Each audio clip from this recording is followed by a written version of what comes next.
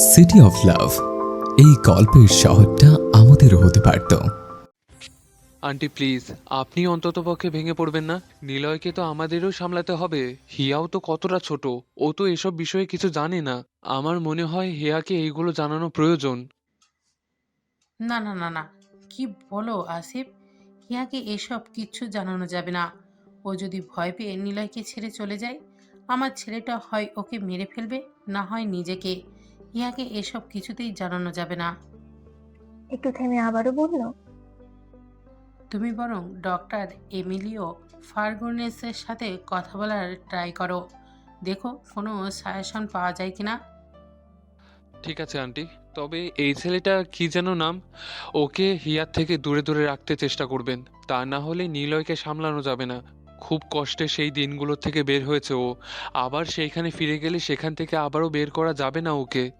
বলে বেরিয়ে গেল আশিক হিয়াদের উদ্দেশ্যে। শিরিন হোক দ্রুত পায়ে রুমে চলে গেলেন এরশাদের সালাত আদায় করবেন। রবের কাছে 2 হাত তুলে ফরিয়াদ করবেন তার ছেলেটা যেন ভালো থাকে, সুখে থাকে। ফ্লোরে হাঁটু ভেঙে বসা 30 বছরের এক যুবক তার প্রণয়নীকে সেবা শুশ্রূষা করছে। নিখুঁত ভাবে ছিলে যাওয়া হাতটা ব্যান্ডেজে মুড়িয়ে দিচ্ছে, অথচ নিজের হাতে রক্ত শুকিয়ে শক্ত হয়ে লেগে আছে। সেদিকে ধ্যান নেই যুবকের। সে তার অষ্টাদশী প্রণয়নীকে সেবা করতে ব্যস্ত। কে বলবে এই ছেলেটাই একটু আগে এই ক্ষতগুলো তৈরি করেছে আঘাতের মাধ্যমে। মেয়েটার কি অবস্থা করেছিস দেখ একবার, তোর হাতেই না একদিন মরতে হয় মেয়েটাকে। ভেজানো দরজা ঠেলে ভিতরে আস্তে আস্তে বলল আসিফ। নিজের ভালো থাকার মেডিসিনকে কি কেউ মারে? নির্লিপ্ত কণ্ঠে জবাব দিল নিলয়। আধ মরাই তো করে ফেলেছিস, বাকিটাও একদিন দেখবো সেরে ফেলেছিস। নিলয়ের পেছনে দাঁড়িয়ে বলল আসিফ। মেরে তো আর ফেলেনি। যতদিন আমার শ্বাস চলবে ততদিন ও এই পৃথিবীতে বেঁচে থাকবে, শুধুমাত্র আমার কাছে, আমার পাশে। উপরওয়ালা ব্যতীত কারো ক্ষমতা নেই ওকে আমার কাছ থেকে দূরে রাখার। দেখবি তোর এই পাগলামোর জন্য হিয়া একদিন তোকে ছেড়ে চলে যাবে। আমি যেতে দিলে তো নীল এহসান হাজারটা ওয়ে রাখে ওকে আটকে রাখার। বলে ফ্লোর থেকে উঠে দাঁড়ালো। হাতে থাকা ফার্স্ট এইড বক্সটা বেডসাইড টেবিলে রাখতে রাখতে বলল নিলয়। দেখি ওটা রাখছিস কেন, এইদিকে দে। নিজের হাতের যে 12টা বাজিয়েছিস ভুলে গেছিস? ফার্স্ট এইড বক্স হাতে তুলে নিল আসিফ।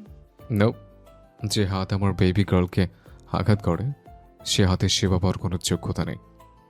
বলেই হাত পকেটে ঢুকিয়ে রুম থেকে বেরিয়ে গেল নিলয়। আসিফ বিরক্ত দৃষ্টিতে তাকিয়ে রইল দরজার পানে। তার হয়েছে যত জ্বালা।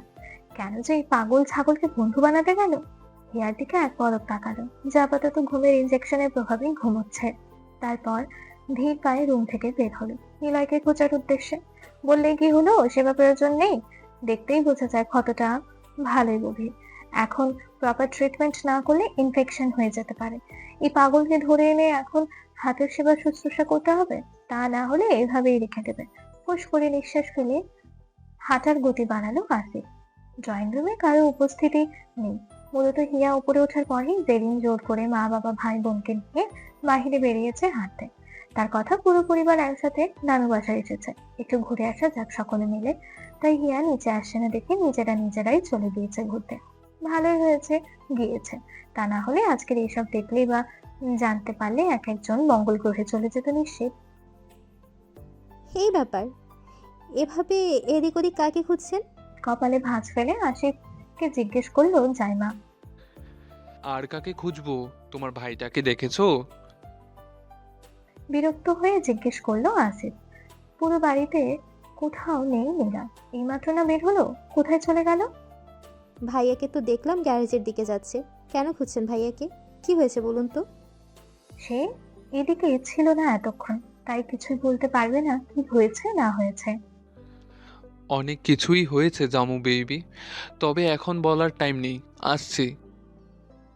বলেই এক প্রকার দৌড়ে চলে গেল আসিফ। নিলয় এখন নিশ্চয়ই বাইক নিয়ে বের হবে।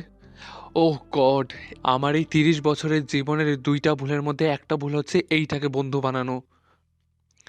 হ্যালো রকিব, কোথায় আছিস? এমার্জেন্সি, নিলয় মেবি বাইক নিয়ে বের হচ্ছে, ওকে ফলো করতে হবে। দ্রুত রাস্তায় আয় বাইক নিয়ে। পকেটে ফোন ভরে আসিফ দৌড় লাগালো গ্যারেজের উদ্দেশ্যে। যদি নিলয়কে পেয়ে যায়। নিস্তব্ধ ধরনী, ঘড়ির কাঁটা ঘুরছে রাত্রির শেষ প্রহরে। সম্পূর্ণ এহসান মঞ্জিলে তিমিরে ঢাকা অন্ধকারে ঘেরা। শুধু দোতলার একটি রুম, ড্রিমি লাইট, হালকা নিয়ন আলোয় আলোকিত। আবছা আলোয় আবছা অন্ধকারে সবকিছু অস্পষ্ট। তবু নিলয়ের চোখের তারায় হিয়ার ঘুমন্ত বদন খানি যেন চিকচিক করছে। এক দৃষ্টিতে তাকিয়ে আছে নিলয় হিয়ার ক্লান্তি জড়ানো ঘুমন্ত মুখটার দিকে। দৃষ্টির কোনো নড়চড় নেই। ব্যথায় অবশ হয়ে যেতে চাওয়া এক হাত দিয়ে সিগারেট ফুঁকছে, আর এক হাত থুতনিতে ঠেকানো। টি টেবিলের উপর বসে আছে নিলয়, মাথার চুল এলোমেলো, শরীরে এখনো জড়ানো সন্ধ্যার পোশাক। একটু আগেই উদ্ভ্রান্তের মতো বাইক রাইড করে বাড়ি ফিরেছে সে। ফিরে সোজা এই রুমে এসেছে তার ছোট পাখিটাকে দেখতে। সচরাচর বাইক রাইড করা হয় না তার। যখন অতিরিক্ত ভাবে আউট অফ কন্ট্রোলে চলে যায় তার ইমোশনস গুলো, তখনই বাইক রাইডে বের হয় সে, নিজেকে সামান্য শান্ত করার প্রয়াস। কত শত পাগলামোটা শুধুমাত্র এই পিচ্চি মেয়েটাকে ঘিরে। এই মেয়েটা তার একাকিত্বতার সঙ্গিনী হয়েছিল। যখন পরিবার আত্মীয় স্বজন থেকে বিমুখ ছিল, তখন এই মেয়েটা হাতে পায়ে ঝুনঝুন করা চুড়ি নুপুর পায়ে তার কাছে এসেছিল আধো আধো অনুরোধ আবদার নিয়ে। তার আগে পিছিয়ে ঘুরেছে হাজারো চোখ রাঙানির পর। কত তার ধমকে ভাষা ভাষা বড় বড় চোখগুলো দিয়ে জল গড়িয়েছে, তবু তার কাছেই এসেছে কেঁদে কুটে। তার 16 বছরের কিশোরী মন এই 4 বছরের হিয়ার হাসি খেলা নিয়ে ব্যস্ত থাকতো।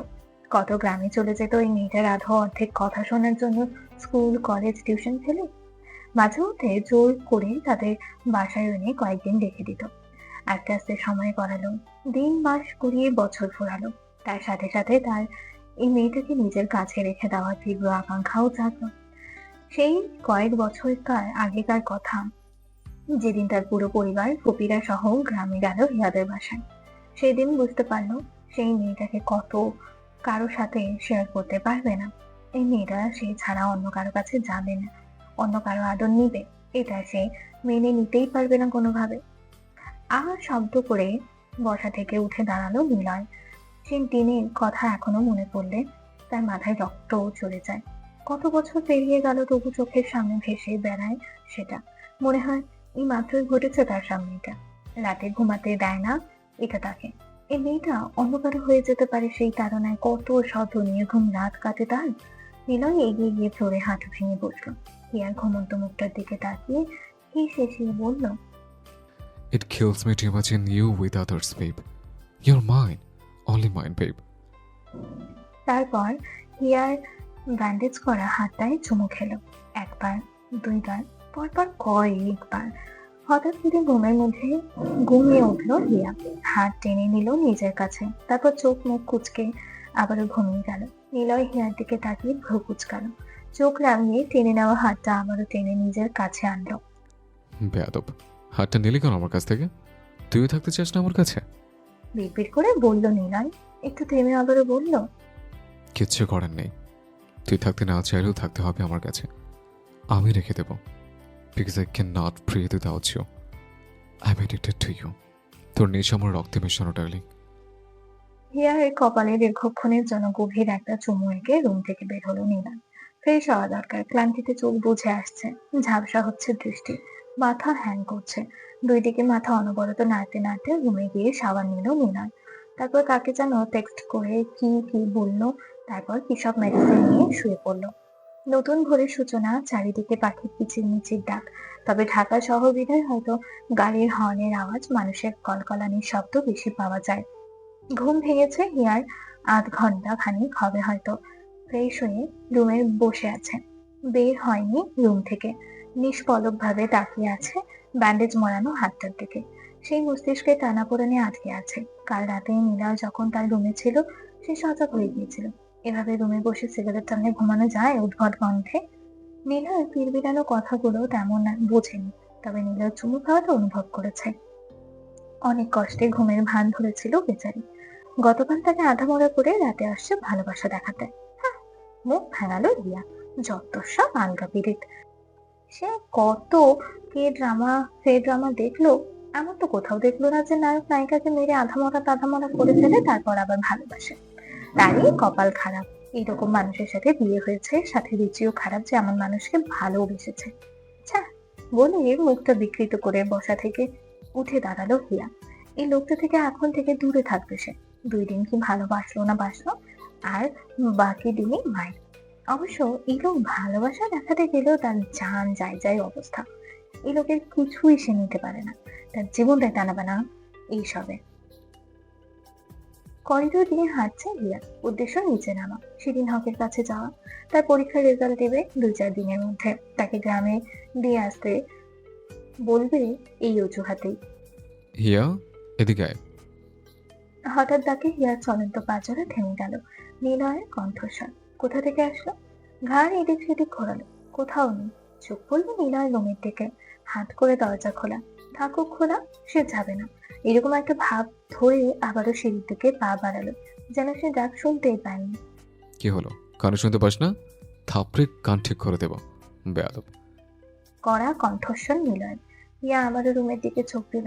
এবার নিলয় দরজার সামনে এসে দাঁড়িয়েছে, দাঁত কিরমির করছে দেখেই বোঝা যাচ্ছে এই লোককে ভুলে গেছে কাল তার সাথে কি করেছে সে। কোন মুখে এখন আবারও কথা বলছে তার সাথে। হিয়া আবারও মুখ ফেরালো চলে যেতে, তবে এইবার আর এগোতে পারলো না সামনে। আমাকে ভালো থাকতে দিলে না তোরা, জানিস? তোর আর তোর পেয়ারি ফুপির কারণে আজ আমার এই অবস্থা। তোদের হক বংশটাই ভালো না। কোন আক্কেলে আমার বাবা তোর ফুপিকে বিয়ে করলো, আর আমি তোকে হল্লা মালুম। দাঁত কিরমির করে বলতে বলতে হিয়াকে টেনে রুমে নিয়ে গেল নিলয়, তারপর ঠাস করে দরজাটা আটকে দিল। কেন নিয়ে এসেছেন এখানে আমায়? আবার মারতে চান আমায়? হাতটা টলতে টলতে শুধালো হিয়া। ব্যথা হাতেই আবারও চেপে ধরেছে ভাষণটা। হিয়ার কথা নিলয় খেয়াল করলো কি না করলো বোঝা গেল না। সে ঘড়ির দিকে তাকিয়ে আছে, সময় প্রায় 8টা বেজে গেছে। তারপর কিছু ভাবলো, চোখে মুখে রহস্যময় বাঁকা হাসি ফুটে উঠল। তোর না মেডিকেলে পড়ার ইচ্ছে? নে ধর, এটা পড়। ভর্তি পরীক্ষায় হেল্প পাবি এটা থেকে পড়লে। হিয়ার হাতে একটা বই ধরিয়ে দিল নিলয়। আপনার কি মাথা টাথা সত্যি গেছে বলুন তো? এত সকালবেলা কে পড়তে বসে? এখন নাস্তার টাইমে খিদে পেয়েছে আমার, খাবো আমি।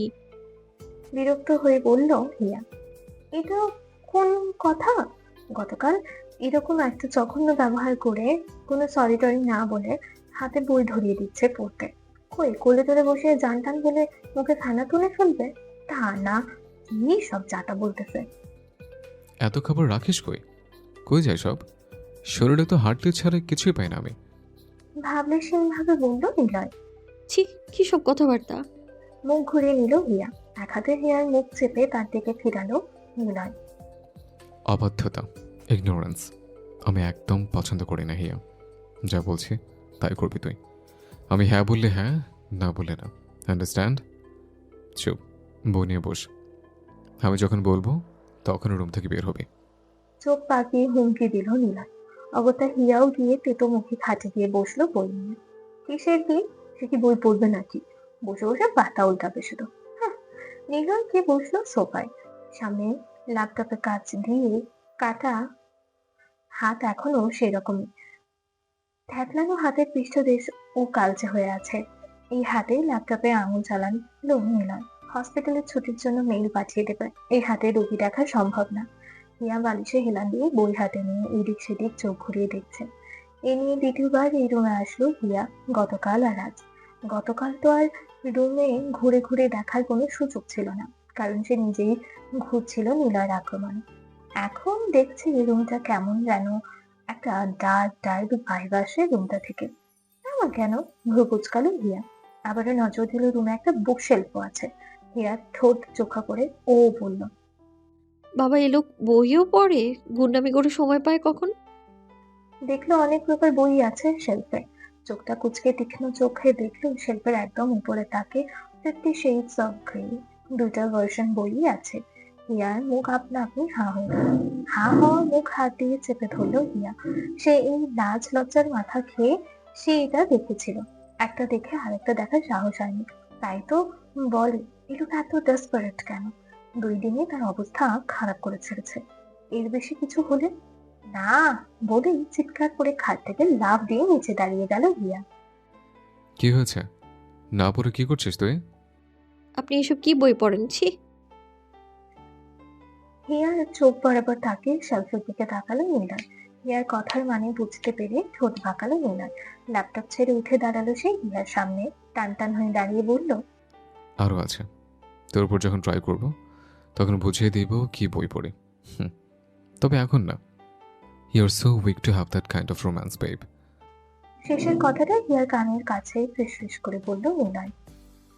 তীব্র অস্বস্তিতে ঘুম ভেঙে গেল হিয়ার। শরীরের ওপর ভারী কিছু অনুভূত হচ্ছে। চোখ খুলে চাইলো হিয়া। নীলার অর্ধেক শরীর তার উপর, তাকে চাপতে ধরে আছে নীলয়। নীলার গলার কাছে তার মুখ, মাথাটা একটু এদিক সেদিক করে নীলয়ের থেকে একটু দূরে আনলো। ঘড়ির দিকে তাকালো হিয়া। বেলা 11টা বেজে গেছে। পুরো রুম অন্ধকার। বারান্দার দরজা, থাই গ্লাস সব বন্ধ, চারিদিকে পর্দা টাঙানো। নীলয় ধমক খেয়ে শেষ পর্যন্ত বইয়ে নজর দিয়েছিল হিয়া। কিন্তু এই নজর দেওয়া সে কখন ঘুমিয়েছে বলতে পারবে না। এই লোকটার বা কখন আসলো এখানে? টি শার্ট বিহীন নীলার খালি গায়ের সাথে মিশে থাকতে হিয়ার অস্বস্তি হচ্ছে। হাঁসফাঁস করছে হিয়া। হিয়ার নড়াচড়াতে নীলার ঘুম হালকা ছুটল। এক হাতে হিয়ার ঘুমের ঘোরে সরে যাওয়া উন্মুক্ত কোমর চেপে আরেকটু তার কাছে আনলো। একদম দুটো শরীর একসাথে মিলিত। হিয়া মোছামুছি করছে সরে যেতে, কিন্তু নীলয় ছাড়ার কোনো মতিগতি না দেখে শেষমেশ বিরক্ত হয়ে সেও থেমে গেল। কপালে ভাঁজ ফেলে চাইলো ঘুমন্ত নিলয়ের দিকে, তবে একটু পরেই কপালে ভাঁজ মিশে গেল। চোখে মুখে মুগ্ধতা দেখা গেল। কপোলদ্বয় লাজে রাঙা হলো। এই লোকটা নাকি তাকে ভালোবাসে। অবশ্য যে ভালোবাসে স্ত্রী, আদর কম মায়ের দায় বেশি। থাক, তাও তো সেও তো এই লোকটাকে ভালোবাসে। ইস, ঘুমন্ত এই মানুষটাকে কত কিউট লাগছে। এবং আদর আদর। হিয়া আলতো করে একটা ছোট চুমু খেলো নিলয়ের গলার কাছে। ঘুমিয়েই তো আছে, কি হবে আরেকটা খেলে? তারপর আরেকটা খেলো। এতেই বেচারের দুই কান গাল দিয়ে গরম ধোঁয়া বের হচ্ছে। হঠাৎ নিলয়ের হাতে চাপ পড়লো কোমরে। পুরো উদর জোরে নিলয়ের হাতের বিচরণ শুরু হলো। জেগে গিয়েছে নাকি? হিয়ার এবার লজ্জায় অক্কা পাওয়ার মতো অবস্থা। কোনো মতে একটু দূরে সরে নিলয়ের দিকে তাকাতে চাইলো। ঘুমের মধ্যে এরকম করছে নাকি? চোখ উপরে তোলার আগেই একজোড়া ঠোঁট হিয়া ঠোঁট ধরে দখল করে নিল। চোখ বড় বড় করে ফেললো হিয়া। সময় নিয়ে ছাড়লো নিলয় হিয়াকে। দুজনই হাঁপাচ্ছে। হিয়ার দিকে তাকিয়ে বলল, সিরিয়াস করছিস কেন? কন্ট্রোল হারালে উইকনেস টুইকনেস কিচ্ছু কিন্তু মানবো না। আবারও শুয়ে পড়লো হিয়ার উপর। হিয়ার গলায় মুখ রাখলো। একটু শান্ত হয়েছে হিয়া। চুম্বনে লিপ্ত হলে শ্বাস নেওয়ার সময়টুকু দেয় না তাকে এই লোকটা। সময় নিয়ে শান্ত হলো হিয়া পুরোপুরি। আস্তে আস্তে রয়ে শোয়ে নিলয়কে শুধালো। আপনি কাল জেলাস হয়ে এসব করেছেন, তাই না? নিলয়ের এক হাত তখনও তার উন্মুক্ত উদরের ওপর। I'm not jealous type, babe. But what is mine is mine. বলেই হিয়ার কাঁধের জামাটা একটু সরিয়ে সজোরে কামড় বসালো। ব্যথায় আর্তনাদ করে উঠলো হিয়া। কামড়ের দাগ পড়ে গেছে কাঁধে। রাক্ষস একটা। কাঁদো কাঁদো হয়ে বলল হিয়া। রাক্ষস। তোকে খেয়ে রাক্ষস। এরকম আরো অনেকবার রাক্ষস হব, জাস্ট তোকে খেয়ে। বলেই কামড় দেওয়া জায়গায় কয়েকটা চুমু খেল। নিলয়কে ঠেলে হিয়া উঠে বসলো। গায়ের জামাটা ঠিক করলো। ওনাটা কোথায়? ঘাড় ঘুরিয়ে পুরো খাট দেখলো। কোথাও নেই। চোখ গেল ফ্লোরে। সেখানে পড়ে আছে তার ওড়না। এ নিশ্চয়ই এই লোকের কাজ। চোখ পাকিয়ে তাকালো নিলয়ের দিকে। ওনাটা ওখানে ফেলেছেন কেন? হ্যাঁ, আমার তো এগুলো ফেলে দিতে ইচ্ছে করছিল, বিশ্বাস কর। হিয়ার গায়ের পোশাকের দিকে ইশারা করে বলল নিলয়। ঠোঁটে কেমন যেন হাসি। ছি। বলেই হিয়া বিছানা থেকে উঠে দাঁড়ালো। ওড়নাটা তুলবে। আপনার আমাকে সরি বলা উচিত ছিল, অথচ সেই সব বাদ দিয়ে কি সব বলছেন আপনি? ওড়নাটা গায়ে জড়াতে জড়াতে বলল হিয়া। নো, আমার ডিকশনারিতে সরি বলা এবং এক্সপেক্ট করা কোনোটাই নেই। আর তোকে তো নেভার এভার ডিয়ার। বলে নিলয়ও নেমে দাঁড়ালো বিছানা থেকে। বেডসাইড টেবিলে থাকা মোবাইলটার পাওয়ার বাটন অন করলো, যেখানে স্ক্রিনে গুটি গুটি অক্ষরে বাংলিশে লেখা, কাজ হয়ে গেছে ভাই। মেসেজটি দেখে নিলয়ের মুখে অদৃশ্য এক বাঁকা হাসি খেলা করে গেল। হাতের মোবাইলটা আবারও যথাস্থানে রেখে দিল নিলয়। তারপর হিয়ার সামনে দিয়ে ওয়াশরুমে যাওয়ার জন্য পা বাড়াতে হিয়ার বাধা দ্বারা আটকে গেল। ভ্রু কুচকে তাকালো নিলয় হিয়ার দিকে। কি হয়েছে? আটকালি কেন? আমার হাতে আবার গোসল করতে মন চাচ্ছে? নিলয়ের কথা কানে নিল না হয়তো হিয়া। আপনার বুকে কি লেখা এটা? ছোট ছোট আঙুল দিয়ে ছুঁয়ে নিলয় বুকের বাঁ পাশে ট্যাটুর মতো লেখাটার কথা জিজ্ঞেস করলো হিয়া। একটা ডিপ চুমু খা, তাহলে বলছে। ধ্যাত বলে হিয়া পিছু ঘুরে রুম থেকে বের হয়ে যেতে চাইলো, তবে নিলয় আটকে দিল। শোন, বিকেলে একটা পার্সেল আসবে তোর জন্য, রিসিভ করিস, ওকে? ওয়েট কর, আসছে, একসাথে বের হব। বলে ওয়াশরুমে চলে গেল নিলয়। সিঁড়ি বেয়ে একসাথে নামছে হিয়া আর নিলয়। সকাল থেকে এই পর্যন্ত কেউই রুম থেকে বের হয়নি, এখনই নামছে শুধু। শিরিনও গিয়েছিলেন দুজনকেই ডাকতে, তবে হিয়াকে রুমে পাননি। নিলয় রুমের দরজা বন্ধ ছিল। ভদ্রমহিলা বুঝেছিলেন হিয়া হয়তো নিলয়ের কাছে ইতস্ততায় নক আর করেনি, তবে খুব টেনশনে ছিলেন আবার যদি কিছু করেন। কিন্তু না, এখন তার চিন্তাগুলো হাওয়ায় মিলিয়ে গেল। ছেলে মেয়ে দুটোকে একসাথে দেখে তার তনু মন ঠান্ডা হলো। মাশাআল্লাহ মাশাআল্লাহ আওড়ালো কয়েকবার মুখে। কত শান্তি লাগছে ছেলের জীবনের পূর্ণতা দেখে। তার ছেলেটা যেন সব সময় এমন খুশি থাকে, সেই দোয়া করলো। হিয়া আর নিলয় গিয়ে বসলো ডাইনিং এ নাস্তার টেবিলে। 12টায় ব্রেকফাস্ট করবে, অবশ্য মানাই যায়, বড়লোক বলে কথা। শিরিন হোক এগুলেন টেবিলের দিকে। উদ্দেশ্য ছেলে মেয়েদের নাস্তা পরিবেশ করা। তুমি এতক্ষণ কোথায় ছিলে হিয়া? জানো ভাইয়া বাবা মা চলে গিয়েছে। কারা যেন আমাদের ফ্যাক্টরিতে আগুন লাগিয়ে দিয়েছে। তাই তো খবর পেতেই ভাইয়া বাবা ছুটে গিয়েছে, সাথে আম্মুকেও নিয়ে গিয়েছে। একটু মন খারাপ করে বললো জেরিন পাশের চেয়ারে বসতে বসতে। তাদের নাস্তা পর্ব শেষ, এখন শুধু বসেছে হিয়ার সাথে আলাপ করতে। নীলার শান্ত চোখে রহস্যময় দীপ্তি যেন দেখা গেল। সে ভাবলেশীন ভাবেই খাবারে নজর দিল। এদিকে জেরিনের কথা শুনে হিয়া আফসোসের চূড়ান্তে পৌঁছে গেল। খাবার বাদ দিয়ে এটা সেটা বুঝ দিতে থাকলো। নীলা বিরক্ত হয়ে চামচ দিয়ে হিয়ার কাছের প্লেটে শব্দ করলো। হিয়ার দিকে তাকিয়ে গম্ভীর তবে শান্ত কণ্ঠে বলল, ফিনিশ ইট রাইট নাও। তারপর নিজের খাবারের দিকে নজর দিল নীলা। কাটার হাতে একটু অসুবিধাই হচ্ছে, তবে এতে নীলয়ের কোনো ভাবাবেগ দেখা গেল না। অগত্যা কথা বলা বন্ধ করে হিয়াও খাবারে নজর দিল। হিয়ার খাবার শেষ করার আগে নীলয় খাবার খেয়ে উঠে দাঁড়ালো। তারপর বেসিনে হাত পরিষ্কার করে সদর দরজা দিয়ে বেরিয়ে গেল। হিয়া এক পলক সেদিকে তাকিয়ে আবারও খাবারে মনোযোগ দিল।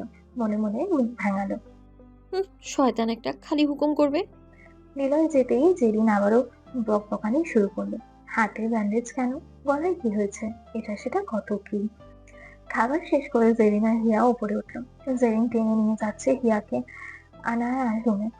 সে আর আনায়াই থেকে গেছে, তাদের কয়েকদিন পর এসে নিয়ে যেতে বলেছে তারা। এখন উদ্দেশ্য আনায়ার সাথে বসে গল্প করা, যদি এতে মনটা একটু হালকা করা যায়। হিয়া যেতে চাচ্ছে না ওই রুমে, তাও জেরিন জোর করে নিয়ে যাচ্ছে। সে এক প্রকার বিরক্ত হয়ে জেরিনের সাথে রুমে ঢুকলো। তাদের দেখে জেরিন শোয়া থেকে উঠে বসলো। হিয়াকে দেখে শুরুতেই জিজ্ঞেস করলো, সারাদিন নীলা ভাইয়ের রুমে কি করছিলে তুমি? সারাক্ষণই তো দেখি ওনার আগে পিছে ঘুরে বেড়াও। কেমন যেন রুক্ষ কণ্ঠ। হিয়ার ভালো লাগলো না এই স্বরে কথা। মেজাজ খারাপ হলো তার। হিয়া যদি নির্লজ্জ না হতো তাহলে এক্ষুনি মুখের উপর বলে দিত। স্বামীর সোহাগ খাচ্ছিলাম রুমে বসে বসে, আপনায় বলতে হবে? কিন্তু সে তো এতটা নির্লজ্জ না, তাই কিছুই বলতে পারলো না। চুপ থেকে আনায়ার কথা সম্পূর্ণ অগ্রাহ্য করলো। এই মেয়ে, তুমি তো ভারী বেয়াদব দেখছি। বড়রা কিছু জিজ্ঞেস করলে উত্তর দিতে হয়, জানো না? অবশ্য গ্রামের মেয়ে হয়ে এসব আর কি জানবে? রাগী গলায় বলল আনায়া। হিয়ার বিগড়ে যাওয়া মেজাজ তর তর করে আকাশ ছুঁল। নাকের পাটা ফুলে ফেপে উঠলো। অপমানে গাল কান লাল হয়ে উঠলো। স্বামী স্ত্রী এক রুমে একসাথে থেকে কি করে সেটা নিশ্চয়ই ভেঙে বলতে হবে না আপু। দাঁতে দাঁত চেপে বলল হিয়া। ওর কথায় যেন আনায়া জেরিন আকাশ থেকে পড়লো। মাথায় যেন বাজ পড়লো। একদম সিনেমাটিক একটা সিচুয়েশন হয়ে গেল ইতিমধ্যে রুমে। খাট থেকে লাফ দিয়ে নেমে পড়লো আনায়া। হিয়ার সাথে জড়িয়ে বলল, এই মেয়ে, এই কি বলছো এসব? একটু রিলেটিভ হয়ে সিম্প্যাথি পেয়েছো বলে নিজেকে ওনার সাথে গুলিয়ে ফেলছো? নিজেকে আয়নায় দেখেছো? ঢাকা শহরের হাজার হাজার সুন্দরীদের ফেলে উনি তোমার মতো গ্রামের মেয়ের দিকে তাকাবেন? How Seely!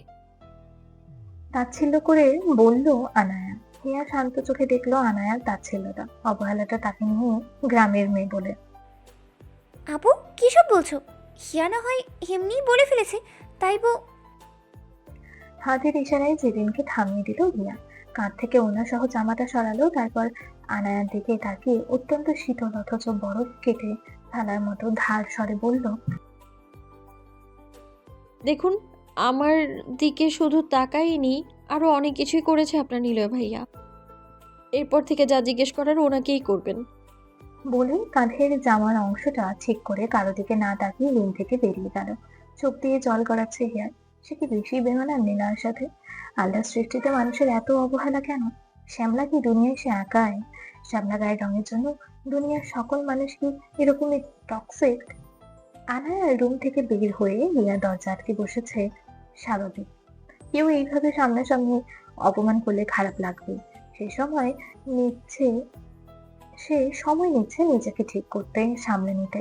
তাই বলে এটা না সে অপমানই ভুলে যাবে। হোক বংশের মেয়ে সে, হক হালালি ধারে না, সে আবার পছন্দ করে না। যে যা দিবে সে তার প্রাপ্য পাবেই। বরং হিয়ার আবার বড় বোন, সে পারলে একটু বেশিই দিবে। তাকে অপমান করে কষ্ট দেওয়া, তাও আবার তার স্বামীর জন্য। দেখে নিবে সে। মনে মনে বাঁকা হাসলো হিয়া। দুপুরের খাওয়া দাওয়ার পর্ব শেষ হয়েছে একটু আগে। নীলার বাড়িতে আসেনি, জয়নাল হেসানও আসেননি। দুই বাবা ছেলেরা কোন চলে গেছে ভাষণ দিতে কে জানে। সবাই খেয়ে দিয়ে রুমে যাচ্ছে। হিয়া নিচে নামলেও জেরিন আনায়া কারো দিকে ফিরেও তাকায়নি। তাই তাকে দেখে কি কি মুখভঙ্গি করেছে সেটাও বলতে পারবে না। কোনো কারণবশত জেরিনও আজকে একবারই কথা বলতে আসেনি। না আসুক, তাতে কি? সিঁড়ি বেয়ে উপরে উঠছে হিয়া রুমে যাওয়ার জন্য। জেরিন আর আনায়া একটু সামনে। হঠাৎ আনায়া থামলো, হাত দিয়ে জেরিনকেও থামালো। তারপর হিয়াকে শুনিয়ে শুনিয়ে বলল, বুঝছিস জেরিন? বুঝেছিস জেরিন? এখন মানুষ চিরাকাথায় শুয়ে লাখ টাকার স্বপ্ন দেখে, যত সব ছোট লোকি কারবার। আর কোন কিসের দাগ আমাকে দেখে ঘোল খাওয়াতে আসছে। বলেই জেরিনকে টেনে তার রুমে নিয়ে চলে গেল। হিয়ার পা জোড়া মেঝেতে আটকে রইল কিয়ৎক্ষণ। আনায়ার কথাগুলি মস্তিষ্কে ধারণ করতে বেশ সময় নিল। তারপর আস্তে ধীরে হেঁটে রুমের দিকে এগোলো। এই আনায়া ফানায়া কারোর সাথে ফনা কি আর জানে? হিয়া এই পৃথিবীর দুটো মানুষ ছাড়া বাকি সকলকে বুড়ো আঙুল দেখিয়ে চলে। এর মধ্যে একজন চলে গিয়েছে, আর একজন আছে। তাকে হিয়া দুনিয়া এক্সপায়ার করে হলেও নিজের কাছেই রাখবে। সামান্য তুচ্ছ কথায় কেউ তাকে টলাতে পারবে না, সে তুলবে না। রুমে গিয়ে সচরে দরজা আটকে দিল হিয়া। রাতের জন্য অধীর অপেক্ষা করে বিছানায় শটান হয়ে শুয়ে পড়ল। দৃষ্টি উপরের ঘূর্ণায়মান ফ্যানেতে নিবদ্ধ, চোয়াল শক্ত। সন্ধ্যা সাজ নেমেছে সেই কখনই। হিয়া মাগরিবের সালাত আদায় করে রুমে একটু ঘুরলো ঘাড়লো, ব্যালকনিতে গেল একটু। মূলত ঘরে আরেকটু সময় কাটিয়ে তারপর রুম থেকে বের হলো ইচ্ছে করে। নিচে এসে দেখলো জেরিন আনায়া সন্ধ্যার নাস্তা করছে, পাশে জাইমাও আছে। হিয়া এসে সোফায় বসলো জাইমার সাথে। তাকে দেখে শিরিন হক এগিয়ে এসে বসলেন তার সাথে। মাথায় মুখে হাত ছুঁয়ে বললেন, মুখটা এত শুকনো লাগছে কেন? মন খারাপ? বাড়িতে কথা হয়নি? হিয়া কিছু বলতে যাবে তার আগে আনায়া ফট করে বলে উঠলো, কাল পরশুর মধ্যেই তো রেজাল্ট বের হবে তোমার আর জেরিনের। রেজাল্ট দিবে তখনও এদিকেই থাকবে, গ্রামে যাবে না? এমন ভাবে বললো যেন সে হিয়ার বড়ই শুভাকাঙ্ক্ষী, বড় বোন হিসেবে আদেশ উপদেশ জ্ঞান দিচ্ছে। শিরিন হক ভ্রু কুচকে চাইলেন আনায়ার দিকে। কিসের মধ্যে কি? তাদের কথার মাঝখানে এটা বলার মানে কি? আর হিয়া থাকবে নাকি চলে যাবে, এটা এই নিয়ে জেনে কি করবে? কোন কাজ এই মেয়ের? সে অনেকটা বিরক্তই হলেন, তবুও কিছু বললেন না। তার নন হচ্ছে কেন এই আপদটাকে রেখে গেল সব জেনেও তিনি বুঝলেন না। থাকার হলে জেরিন থেকে যেত, একটা প্যাকেট করে নিয়ে যেত সাথে। অসহ্য। আর এমনিতেও এই মেয়ের চাল চলন ভদ্রমহিলার পছন্দ না। নিলয়কে দেখে কি যে করবে, যেমন দুনিয়ার ভালো এই মেয়ে, যত সব ন্যাকামো। না মা, হিয়া যাবে না, আমরা যেতে দিব না ওকে। প্রয়োজন হলে কয়েকদিন ঘুরে আসবে, না হয় গ্রাম থেকে, তাও এদিকেই থাকবে। নিজের বাড়ি ছেড়ে কোথায় যাবে? বলেই আবারও হিয়ার মাথায় হাত রাখলেন তিনি। এই মেয়েটা তাদের সকলের আদরের, আর তার ছেলের কথা তো বলেই লাভ নেই। ভদ্রমহিলা বেশ বিচক্ষণ। যার স্বামী এমপি, যার ছেলে এমন তীক্ষ্ণ বুদ্ধি সম্পন্ন মানুষ, সেই মহিলা এত অবলা হয়ই বা কি করে? আনায়া কি করতে চায় তিনি বেশ ভালোই বুঝতে পারেন, কিন্তু খোলাখুলি কিছুই বলতে পারছেন না ননদের কারণে। তাহলে জেরিনের মা আবার ওনার শ্বশুর বাড়ির মানুষের সামনে ছোট হবেন, এটা কি আর হতে দেওয়া যায়? তাই তো মৌন ব্রত। তিনি হা করে দীর্ঘ নিঃশ্বাস ফেললেন। তারপর জমিলা বেগমকে হিয়ার জন্য নাস্তা দিতে বলে রুমে গেলেন। ছেলে আর ছেলের বাবাকে ফোন দেওয়া যায়। রাজকার্য শেষ হয়েছে কিনা জিজ্ঞেস করা যাক। ফুপির প্রত্যুত্তরে হিয়া বেশ খুশি হয়েছে। মনে মনে তার ফুপিকে অনেক বাহবা দিল সে। পারলে হক বংশের যোগ্য মেয়ে বলে অ্যাওয়ার্ড দিত সে। সে আর সেই দিকে তাকালোই না। নাস্তা এনে দিয়ে গিয়েছে জমিলা বেগম। জাইমা হিয়া নাস্তা খেতে খেতে নিজেদের মধ্যে কথা বলছে। এমন একটা ভাব যেন তারা ছাড়া এই দিকে তৃতীয় কোনো ব্যক্তিই নেই। হিয়ার চোখ গেল ড্রয়িং রুমের সোফায় এক কোণে মাঝারি সাইজের একটা বক্স র্যাপিং পেপারে মোড়ানো।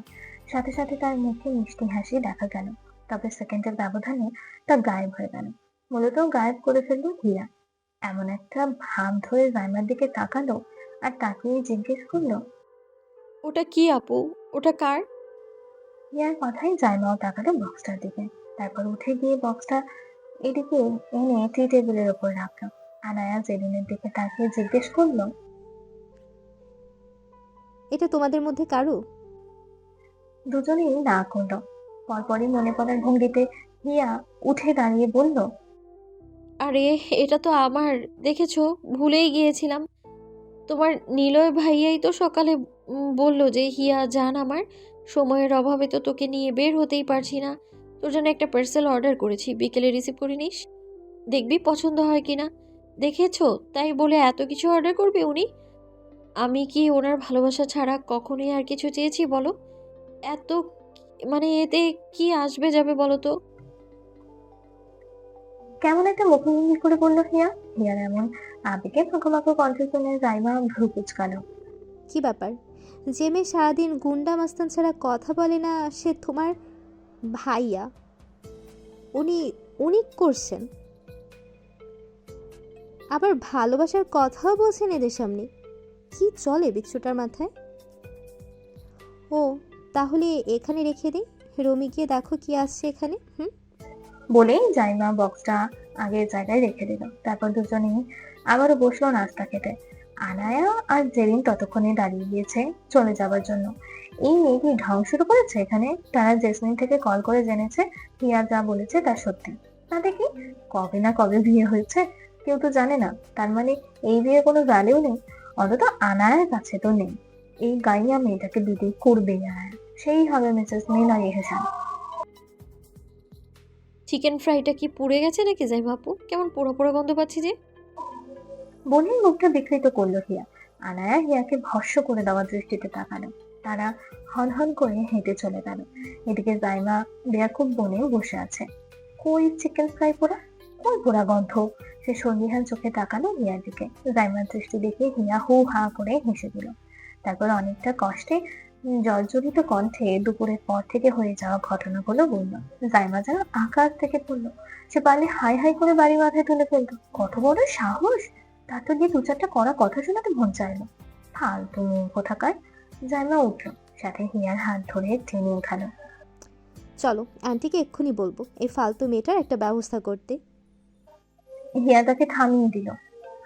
না আপু, ফুপিকে কিছু বলা যাবে না। রাগের বশে ফুপি কিছু বলে ফেললে ব্যাপারটা বিশ্রী দেখাবে না? যতই হোক ওনারা এবারই মেহমান, পাছে দেখা পরিবারে পরিবারে একটা আলাদা ঝামেলা তৈরি হতে পারে। আর উনি যে মেয়ে, ঝামেলা বাড়াতে বলবে একটা নিয়ে বিনিয়ে লাগাবে আরেকটা। বাদ দাও, আমি দেখে নিব, তুমি শুধু একটু পাশে থেকো। বলেই চোখ টিপ মারলো। তারপর হেসে সেও উপরে উঠে গেল। ঘড়িতে 9টা বেজে 5 মিনিট। রাতের খাবারের সময় হয়েছে। একে একে সকলে ডাইনিং টেবিলে হাজির হচ্ছে। দুই বাবা ছেলে এসেছে এই কিছুক্ষণ হবে। আনায়া জেরিন নিচে চলে গেছে ইতিমধ্যে। রিয়াও যাবে, তবে একজনের অপেক্ষায়। দরজাটা ফাঁকা করে মাথাটা বের করে উঁকি দিল হিয়া। নিলয় রুমের দরজা খুলছে, তার মানে নিলয় ভাই বের হচ্ছে।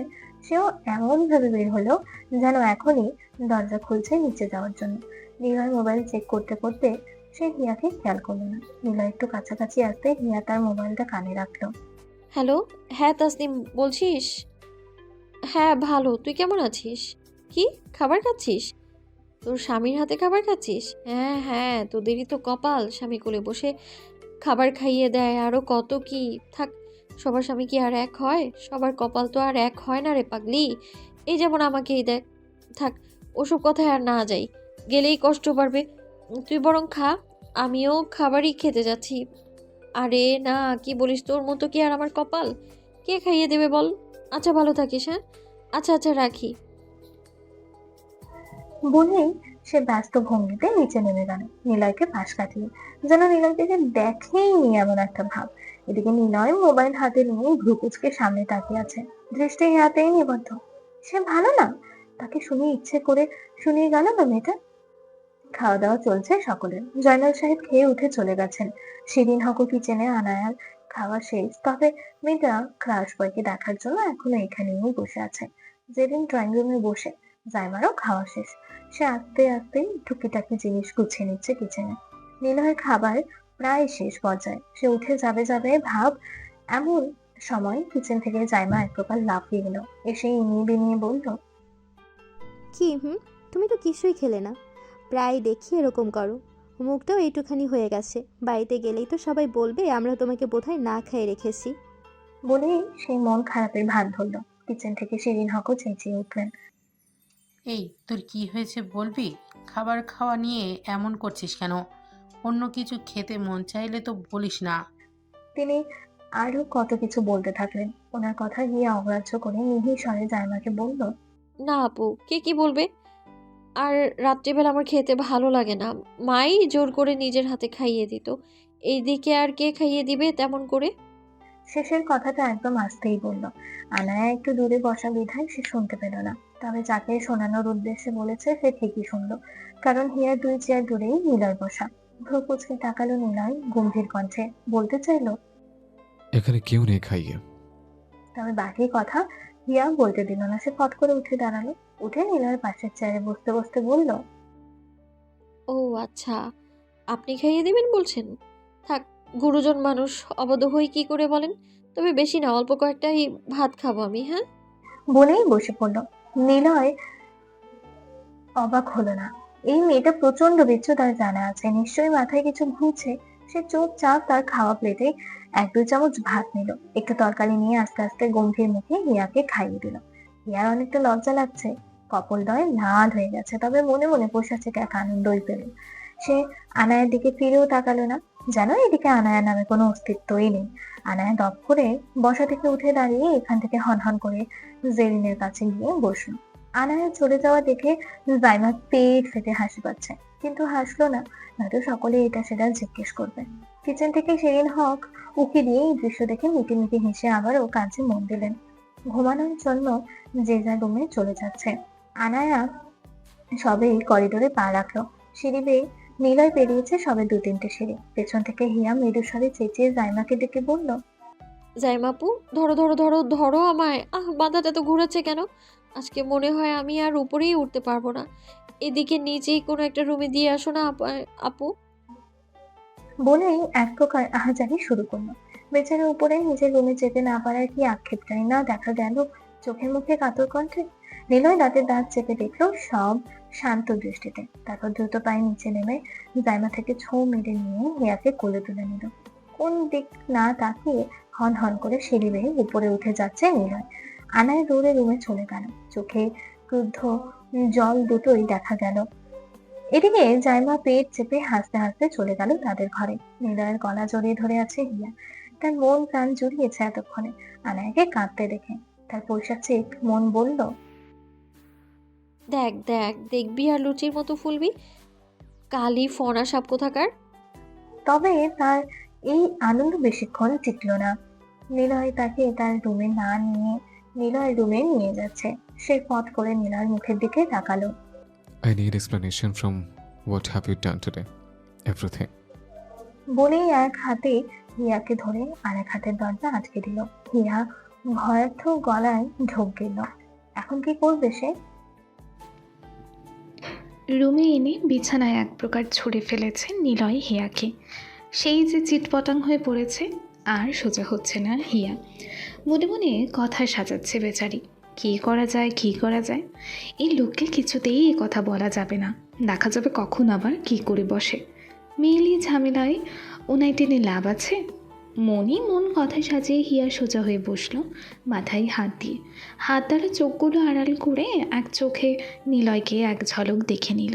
গায়ে জড়ানো কালো রঙা শার্টের বোতাম খুলছে নিলয়।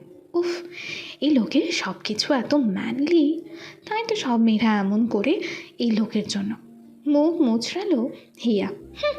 শরীরে ডায়মন্ডের ঝিলিক লাগিয়ে ঘুরতে থাকে সারাদিন। মানুষ তো দেখবেই, আর নির্লজ্জ মেয়েগুলো তো বেশিই দেখবে তার জামাইটাকে। তার জামাইটা রে, হায় হায় করে উঠলো হিয়ার কলিজা, হৃৎপিণ্ড, ফুসফুস সব। তবে হিয়া সেগুলো মাথা থেকে ছেড়ে ফেলে নতুন প্ল্যানিংয়ে পা রাখলো। উফ, আজকে যে কি হলো, মাথাটা এমন কেন লাগছে? এটা কার রুম? এ কি এইখানে এনেছেন কেন? রুমে দিয়ে আসুন প্লিজ। আচ্ছা থাক, আমি উঠে যাচ্ছি। বলেই কুকিয়ে কাকিয়ে বিছানা থেকে উঠে দাঁড়ানোর চেষ্টা করলো, কিন্তু তার আগেই নিলয় থামিয়ে দিল তাকে। আর এক পাও এগোবি তো ড্রামার ব্যান্ড বাজিয়ে দিব আমি। I need an explanation right now. Hiya থেমে গেল নিলয় রাগী কণ্ঠে। তাও সে থামল না। এবার প্ল্যান বি এক্সিকিউট করবে সে। আমার খুবই খারাপ লাগছে নিলয় ভাই, আমাকে দিয়ে কথা বলাবেন না তো প্লিজ। আমি তাহলে আজ এদিকেই শুয়ে পড়ি, ঘুমোলে হয়তো একটু ভালো লাগবে। লাইটটাও অফ করে দিই। হ্যাঁ, বলতে দেরি, লাইট অফ করতে দেরি করলো না হিয়া। তবে লাইট অফ করে বিছানায় আর পৌঁছাতেই পারল না। হিয়ার চুল টেনে ধরেছে নিলয়। উফ, কি করছেন? যখন তখন চুল টেনে ধরেন কেন? ব্যথা পাই না আমি? আপনার দুঃখে আমি এই চুল কেটে ফেলবো একদম। মেয়েকে রাগ দেখিয়ে বিরক্ত হয়ে বলল হিয়া। আচ্ছা, কেটে দেখা। শান্ত স্বরে বলে চুল টেনে হিয়াকে তার কাছে আনলো নিলয়। হিয়ার পেট ঠেকেছে নিলয়ের উন্মুক্ত প্রশস্ত বুকে। চুল ছেড়ে কোমরের দুপাশে হাত রেখে চেপে ধরল নিলয়। মুখটা নিচু করে হিয়ার কানের কাছে রাখলো নিলয়। আমার সাথে চালাকি? হ্যাঁ, আমি তো তোকে তাকাইনি। আমি তো তাকাইনি, এতেই অবস্থা। কথার তালে তালে নিলয়ের ঠোঁট ছুঁয়ে যাচ্ছে হিয়ার কানে। হিয়ার ঘাড়ের পিঠের লোম দাঁড়িয়ে গিয়েছে ইতোমধ্যে। মাথাটা কেন যেন করছে। জোরে জোরে শ্বাস টেনে কোনো রকমে নিলয়কে বলল, কি বলছেন? আমি কিছুই বুঝতে পারছি না। হ্যাঁ, আমি বুঝে গিয়েছি, এতেই চলবে। বাকি সব আমি সামনে নেব ডিয়ার। বাঁকা হেসে হিয়ার কানে ছোট্ট করে চুমু খেয়ে ছেড়ে দিল হিয়াকে। কান ঘাড় বাহু টলতে টলতে নিলয় থেকে দূরে সরে আসলো হিয়া। বিরক্ত হচ্ছে নিজের ওপর। এই লোক একটু কাছে আসলেই মোমের মতো একদম গলে গলে পড়তে হবে। তার নির্লজ্জ বেহান নারী সত্তা। চোখে সয়ে যাওয়া অন্ধকার হিয়ার অবস্থা দেখে নিজেকে আটকাতে পারল না নিলয়। এই নেশা ধরানো মেয়েটা চুম্বকের মতো টানছে তাকে। সে কন্ট্রোলে থাকতে পারে না এই মেয়েটা তার সামনে থাকলে। এই কারণেই সে এই মেয়েটাকে নিজের কাছে রাখে না। সে শুরু করার আগেই কেটে কেটে অজ্ঞান হয়ে বসে থাকে। তার স্যাটিসফ্যাকশনের রফা দফা করে ছাড়ে একদম। এমন পিচ্ছি মেয়ের থেকে এর থেকে বেশি কী বা আশা করা যায়। ঝড়ের বেগে হিয়ার কোমর পেঁচিয়ে ধরে। হিয়ার ঠোঁট জোড়া আঁকড়ে ধরল নিলয়। এক হাতে গায়ের ওড়না কোথায় ছুঁড়ে ফেলে দিল, কোনো ইয়ত্তা নেই তার। শ্বাস নিতে পারছে না হিয়া। আর একটু হেলে সে নির্ঘাত দম আটকে মরে যাবে। দু হাতে নিলয়ের বুকে কিল ঘুষি মারছে হিয়া, কিন্তু নিলয়ের এতে কোনো ভাবান্তর নেই। চুম্বনরত অবস্থাতেই হিয়াকে কোলে তুলে বিছানায় শোয়ালো নিলয়। হিয়ার হাত দুটো একত্রে বিছানায় মাথার উপর চেপে ধরতেই এবার হিয়া ফুপিয়ে কেঁদে উঠল। এইবার বোধহয় নিলয়ের সদ্বেদ ফিরল। সে হিয়ার আঁকড়ে ধরা ঠোঁট ছেড়ে দিয়ে নজর দিল হিয়ার মুখশ্রীতে। বড় বড় করে শ্বাস টানছে আর ফোপাচ্ছে হিয়া। ব্যান্ডেজ করা বাঁ হাতটা মোছাচ্ছে ছাড়া পেতে। নিলয়ের চেপে ধরাতে একটু শুকনো ক্ষতটা বোধহয় আবারও তাজা হয়ে গিয়েছে। নিলয় বোধহয় বুঝলো। চেপে ধরা হাত দুটো ছেড়ে দিয়ে হিয়ার উপর থেকে উঠে বসলো। কতক্ষণ নিজের চুলগুলো খামচে ধরে রেখে ফোঁস করে শ্বাস ফেলল, কিন্তু এতে কোনো কাজই হলো না বেচারার। দিস ফাকিং ইনজুরি বলেই খালি গায়ে রুম থেকে হনহন করে বাইরে চলে গেল, সজোরে দরজা আটকে। হিয়া এখনও খাটে পড়ে আছে সেভাবে, তবে শান্ত হয়েছে সে। নিলয়কে রুম থেকে বেরিয়ে যেতেও দেখেছে। কোথায় গেল? উঠে বসলো হিয়া। সে উঠে বসতেই ঝপ করে পানিতে কিছু পড়ার শব্দ পেল। লাফ দিয়ে বিছানা থেকে উঠে দাঁড়ালো। পানির শব্দটা যেন একটু বেশি আসছে। শব্দের উৎস খুঁজতে খুঁজতে বারান্দায় গিয়ে দাঁড়ালো হিয়া। এরপর যে দৃশ্য দেখলো এতে মুখ হাঁ হয়ে চোখ বড় বড় হয়ে গেল হিয়ার। নীলাদের বাড়ির ব্যাকইয়ার্ডে একটা বড় সুইমিং পুল আছে। দিনের বেলা প্রায়ই হিয়া সুইমিং পুলের আশেপাশে ঘুরঘুর করে। তার ভালো লাগে, কিন্তু নামতে গেলে কেন যেন ভয় ভয় করে। তাই সে এখনও এই পুলে নামেনি। মধ্যরাতের ঘুটঘুটে অন্ধকারের মাঝেও ব্যাকইয়ার্ডটা জল করছে কৃত্রিম আলোর ঝলকানিতে। সেই আলোয় নিলয়কে সুইমিং পুলে ডুব দিয়ে বসে থাকতে দেখে হিয়া দিক বেদিক ভুলে দৌড়ে নিচে নামতে থাকলো। হায় হায়, তার স্বামী ডুব দিয়ে কি উঠে যেতে ভুলে গেল? হিয়ার চিল্লানোর কণ্ঠস্বরে ডুব দিয়ে বসে থাকা থেকে উঠল। তারপর 1 মিনিট 2 মিনিট এরকম করে 5 মিনিট চোখ বন্ধ করে দাঁড়িয়ে থাকলো। তারপর আস্তে ধীরে চোখ খুলে সামনে বক বক করা মেয়েটার দিকে তাকালো, যেই এই মুহূর্তে হাত নেড়ে চিন্তিত স্বরে এটা সেটা বলে তাকে উঠে যেতে বলছে। দিক বিদিক ভুলে এখানে যে সে এসেছে, হিয়ার ওড়নাবিহীন বুকের ওঠানামা দেখাই বোঝা যাচ্ছে। নিলয়ের অ্যাডামস অ্যাপেলটাকে আবারও ভেসে উঠতে দেখা গেল। অবচের বাচ্চাটা বারবার নিজেকে মশলা মাখিয়ে তার সামনে নিয়ে আসে, আর সে কিছু করতে গেলে কেঁদে কেটে দুনিয়া ভাসাবে। নিলয় আবারও ডুব দিয়ে হিয়ার দিকে এগোলো। নিলয়কে ডুব দিয়ে এগিয়ে আসতে দেখে 2-1 কদম পিছালো হিয়া। বকবকানি বন্ধ করে, তবে কাজ হলো না। এর আগে নিলয় উঠে দাঁড়িয়ে ওর হাত টেনে পুলে ফেলে দিল। হাবুডুবু খাচ্ছে হিয়া। চোখ বন্ধ করে নিজের সামনে যা পেল তাই আঁকড়ে ধরল। নিলয়ের বুক সমান হয় পানি, সেই পানিতে হিয়া ডুবে যাবে এটাই তো স্বাভাবিক। তাই তো হিয়া আগে নামার কখনো সাহস করেনি। 2 পায়ে নিলয়ের কোমর পেঁচিয়ে গলা আঁকড়ে ধরে আছে হিয়া। নাক, চোখ, মুখ লাল হয়ে আছে পানি যাওয়ার প্রভাবে। বারবার আমার পেছন পেছন কি করছিস? রেখে এসেছিলাম না রুমে, এখানে কি?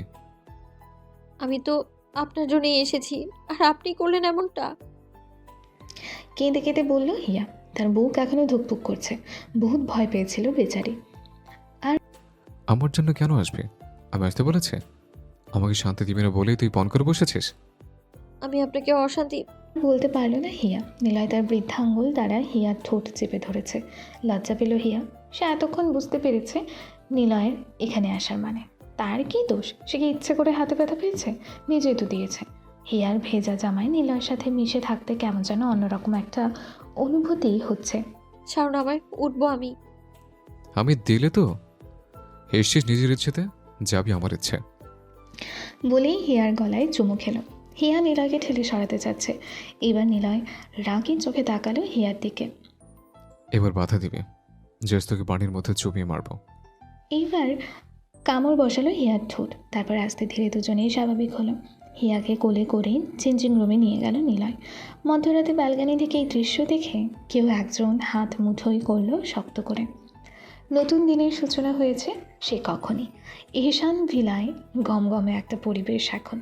সূর্য মাথার উপর দিয়ে ঠেকেছে। এহসান ভিলার ড্রয়িং রুমে মিষ্টির প্যাকেটে ভরা। হিয়া আর জেরিনের পরীক্ষার রেজাল্ট বেরিয়েছে একটু আগেই। হিয়া জিপিএ 5 পেয়েছে, জেরিন পেয়েছে গ্রেড পয়েন্ট। রেজাল্ট বের হতেই জয়নাল এহসান প্যাকেট ভর্তি মিষ্টি পাঠিয়ে দিয়েছে বাসায়। শিরিন হক কাজের লোকেদের দ্বারা প্রতিবেশীদের বাসায় মিষ্টি পাঠিয়ে দিয়েছেন ইতিমধ্যে। গ্রামেও পাঠাবে বলে ঠিক করেছেন শিরিন হক। তারই তোড়জোড় চলছে বাসায়। আনায়া এসে জেরিন হিয়া দুজনকেই অভিনন্দন জানিয়েছে। গত 2 দিন যাবৎ আনায়ার ব্যবহারে আমূল পরিবর্তন দেখা যাচ্ছে। হিয়া সন্দেহান নতুন কোনো খিচুড়ি পাকাচ্ছে কিনা তা নিয়ে। তবে রেজাল্টের খুশিতে এখন আপাতত সবই মাথা থেকে ছেড়ে ফেলে দিয়েছে সে। হিয়া চলো, তোমাদের গ্রামে যাব, ঘুরে আসি আমরা সকলে। বাড়ির গাড়িতেই তো যাব, আবার না হয় গাড়ি করেই চলে আসবো সকলে। হঠাৎ আনায়ার কথা প্রস্তাবে হিয়া একটু থমকালো। যেই মেয়ে কিছুদিন আগেই গ্রামকে তুচ্ছতাচ্ছিল করলো, সে এখন গ্রামে যেতে চাচ্ছে। তবু হিয়া বিষয়টা আমলে নিল না, কারণ আনায়ার প্রস্তাবটাতেই সে খুশি হয়েছে। আজকের একটা দিনে মায়ের সাথে দেখা না হলে খুব মন পড়তো। সে উজ্জ্বল চোখে শিরিন হকের দিকে তাকালো। শিরিন হক হিয়ার মুখশ্রী দেখে আশ্বস্ত করলেন হিয়াকে যে দিনে নিলয়ের সাথে কথা বলবেন। সারাটা দিনই তো চলেই তো আসবে আবার। হিয়া খুশি হয়ে গেল। ঠিক করা হলো সে জেরিন, সাইমা আর আনায়া যাবে সাথে। আবার আজকের মধ্যেই চলেও আসবে। হিয়া এতেই খুশি। যাক, একটু দেখা তো করে আসতে পারবে। কে জানে পথিমধ্যে কী অপেক্ষা করছে তাদের জন্য। হিয়াদের গাড়ি চলছে উপজেলা শহরের রাস্তায়। সূর্য গিয়ে ঠেকেছে পশ্চিম আকাশে। হিয়াদের বাড়ি থেকে রওনা দিয়েছে ঘণ্টাখানিক হবে। হিয়ার মা সুমিতা বেগম অনেক জোর করেছিলেন তাদেরকে থেকে যেতে। হিয়াও চেয়েছিল, কিন্তু নিলয়ের আদেশের অমান্য করতে পারেনি কেউই। হিয়ার মনটা ভার। স্বাভাবিক, পরিবার ছেড়ে এত দূর আসার আবারও চলে যাচ্ছে, খারাপ তো লাগবেই। পাশে বসা জাইমা হিয়াকে এটা সেটা বলে একটু একটু হাসানোর চেষ্টা করছে। হিয়ার মনটা যেন ভালো হয়ে যায়। জেরিন, আনায়া 2 বোনও কি নিয়ে যেন কথাবার্তা বলছে। জেরিনকে হঠাৎ করে কেমন যেন অস্থির অস্থির দেখা যাচ্ছে। ড্রাইভারের সাথে বসে কথা বলছে রকিব। নিলয় তাকে পাঠিয়েছে হিয়াদের সাথে। সে গম্ভীর মুখে তাদের সাথে গিয়েছে এসেছে। এর মধ্যে শুধু জাইমার সাথে একটু একটু কথা বলেছে, চেনা জানা তাই। উপজেলা শহরের রাস্তায় পাশেই একটা রেস্টুরেন্টে দেখতেই জেরিন গাড়ি থামানোর জন্য চেঁচিয়ে উঠল। গাড়ি থেমে গেল জেরিনের আকস্মিক চেঁচানোর জন্য। রকিব ঘাড় ঘুরিয়ে পেছনে তাকালো। কোনো সমস্যা হচ্ছে আপনার? মাঝ রাস্তায় এরকম চেঁচানো ঠিক না, এখনই অ্যাক্সিডেন্টও হয়ে যেতে পারতো। কিছুটা রাগ নিয়েই বলল রকিব জেরিনকে। এমনতেই আসার সময় খেয়াল করেছিল একটা গাড়ি তাদের পিছু করছিল, তবে শহর ছেড়ে বেরিয়ে আসার পর আর দেখেনি। কয়েকদিন আগে পার্কে হওয়া ঝামেলায় আসলাম খন্দকার আরও ক্ষেপে আছে। এখনও কিছু করেনি অবশ্য, কিন্তু করতে কতক্ষণ। তারপর সন্দেহভাজন সেই গাড়িটা। রাকিব নিলয়কে এই বিষয়ে জানায়নি। আজকে নিলয়ের ব্যস্ততা অনেক হসপিটালে, সে ভেবেছে সে তো আছেই, ভাইকে অ্যাটেনশন দিয়ে কী লাভ। আসিফের ভাই হওয়ায় নিলয়ের প্রায় সব বিষয়েই টুকিটাকি জিনিস জানে সে, যেমন হিয়া আর রাগ জেদ এগুলো নিজের চোখেই তো দেখা। সে শুধু মনে মনে দোয়া করছে ঠিক মতো যেন ঢাকা পৌঁছে যেতে পারে ভালো ভালো। তাদের গাড়িটা থেমেছে উপজেলা শহরের 1/1 রোডের বাঁ পাশের রাস্তায়। সামনেই বড় ব্রিজ দেখা যাচ্ছে, নিচে প্রবাহমান বিশাল জলরাশি, যার মধ্যে শত জাহাজ নৌকা চলমান। বিকেলে সূর্যের লালাভা সেই বিশাল জলরাশির মধ্যে ঢেউ খাচ্ছে। ওই যে রাস্তার ওপাশে একটা কি সুন্দর দোতলা রেস্টুরেন্ট দেখা যাচ্ছে, আমরা ওখানেই যেতে চাচ্ছি, একটু ঘুরে ফিরে আসতে। বলেই একটু হাসলো জেরিন। বাহির থেকে রেস্টুরেন্টের ভিউটা সেই দেখাচ্ছে, সে আগ্রহী সেখানে যেতে। আমরা কথাটি শুনে হিয়া আর জাইমা জেরিনের দিকে তাকালো। তারা কখন যেতে চাইলো? হিয়া আর জাইমার চাহনি দেখে জেরিন মেয়েকে হেসে বলল, আমি একা যেতে চাইলে কি নিয়ে যাবে বলো? তাছাড়া হিয়া, তুমি তো আগেও হয়তো এসেছো, কিন্তু আমি তো এই প্রথম যেতে চাচ্ছি। চলো না প্লিজ, আমরা সবাই গিয়ে ঘুরে আসি, আমার ট্রিট, ওকে?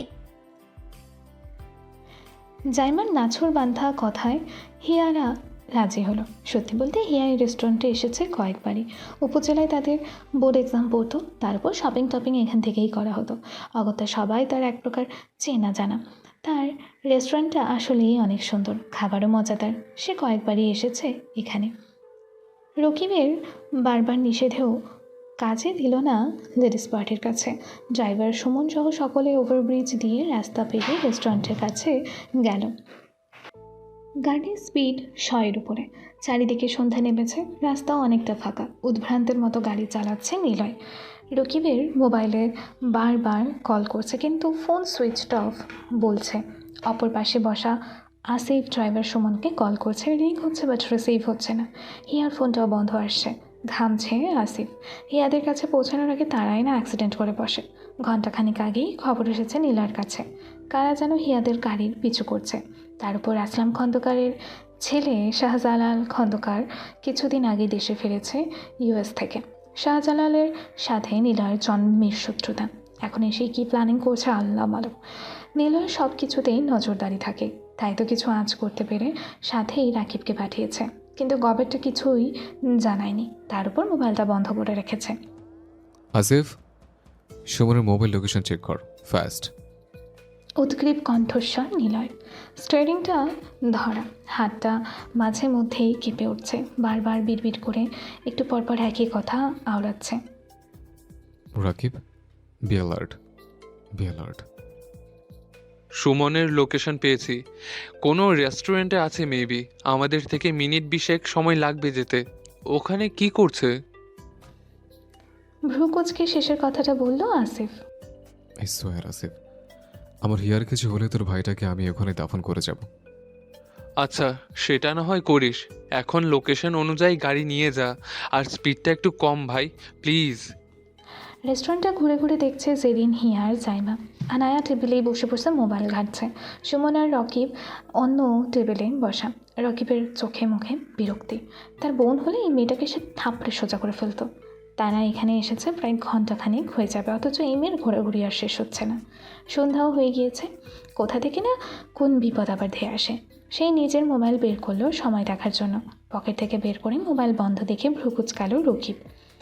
কখন বন্ধ হলো অন করার চেষ্টা করলো, কিন্তু হলো না। সুমনের দিকে তাকিয়ে তার মোবাইলটা দিতে বলল।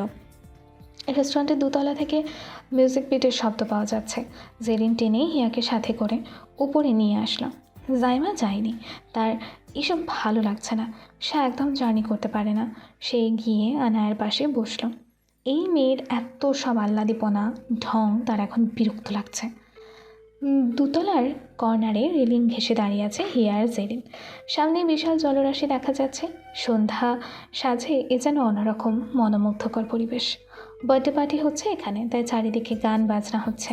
নিচ থেকে একটা বাগান বিশাল উঠে এসেছে দোতলায়। সেখান থেকেই একটা ফুল ছিল জেরিন। তুমি জানো, আমি ছোটবেলা থেকেই নিলয় ভাইয়ের নেওয়াটা ছিলাম, কিন্তু ভাইয়া কখনো আমায় সেভাবে আদরই করতো না, এখনও না। আকস্মিক এমন কথার আঁকা মাথা কিছুই বুঝলো না হিয়া। সে জেরিনের দিকে তাকালো প্রশ্নাত্মক চোখে, তবে জেরিনের দৃষ্টি এখনও জলরাশিতেই নিবদ্ধ। শিহাব ভাইয়া তোমায় খুব ভালোবাসে, তুমি জানো? শান্ত স্থির কণ্ঠ। এবার হিয়া কিছুটাই অবাক হলো। শিহাব ভাইয়া তাকে ভালোবাসে, আর এসব এখনই বা বলছে কেন? হিয়া অস্বস্তিতে জেরিনকে বলল। জেরিন আটকালো হিয়াকে হাত ধরে, পরপরই উচ্ছ্বসিত কণ্ঠে বলল, থাক এসব কথা, এখন চলো তো নিচে যাই, সন্ধ্যা হয়ে গিয়েছে, আমাদের রওনা দিতে হবে। চলে যাচ্ছি, আর একটু, হ্যাঁ কয়েকটা ছবি তুলে নিই। হ্যাঁ, আর কখনো এখানে আসা হয় কি না হয়। বলেই ব্যাগ থেকে মোবাইল খুঁজলো বের করার জন্য, কিন্তু পেল না। মাথা তুলে হিয়ার দিকে তাকালো। হিয়া নিজের ব্যাগেও খুঁজলো মোবাইল, কিন্তু পেল না। সে জেরিনের দিকে তাকিয়ে বলল, আমারটা বোধ হয় গাড়িতে ফেলেই এসেছি, তোমারটা দাও তো, কয়টা ছবি তুলি। আমারটাও তো পাচ্ছি না জেরিন। তাহলে হয়তো গাড়িতে রেখে এসেছি দুজনেই, একটু নিয়ে আসো না প্লিজ, আমার এখান থেকে যেতেই ইচ্ছা করছে না। অনুরোধ করে বলল হিয়া। আচ্ছা আচ্ছা যাচ্ছি, এভাবে বলতে হবে না, তুমি থাকো আমি আসছি। বলেই হাসি মুখে চলে যেতে নিল হিয়া। হিয়া, আমার পছন্দ না, আমি যাকে চাই সে অন্য কাউকে চাইবে। বলেই হাত দ্বারা বাই ইশারা করলো। ঠোঁট সূক্ষ্ম হাসি। হিয়া আগামাথা কিছুই বুঝল না। সে ঠোঁট উল্টে আবারও সামনে হাঁটা দিল। দু হাতে রেলিং ধরে আকাশের দিকে তাকালো জেরিন। এইবার আর গভীর জলরাশির দিকে তাকালো না, আকাশের দিকে তাকিয়ে বিড়বিড়ালো, কাউকে না পাওয়ার বেদনার চিরজীবন কষ্ট পাওয়ার থেকে কারো মৃত্যুতে 40 খতম পড়িয়ে জীবনে এগিয়ে যাওয়া ভালো। তারপর ব্যাগ থেকে একটা মোবাইল বের করে সে গভীর জলরাশির দিকে ছুঁড়ে ফেলল। যে আমায় ভালোবাসবে না সে অন্য কাউকে পাবে না। ছিঁড়ে ফুলটাও হাত থেকে ঝেড়ে ফেলে দিল, যেমন করে কোনো এক নোংরা ধরেছে। চোখ মুখ কেমন যেন হিংস্র। ওর এই চেহারা ভিন্ন, সকলের অদেখা অজানা। It was all lie, lie and lie. এই যে শুনছো মাই প্রিয় শ্রোতা বন্ধুরা, তোমরা শুনছো সিটি অফ লাভ প্রেরিত প্রেমে সিক্ত গল্প। আর আমাদের সাথে পথ চলতে do like, comments and share. আর সাবস্ক্রাইব করতে কিন্তু একদম ভুলবে না। টাটা।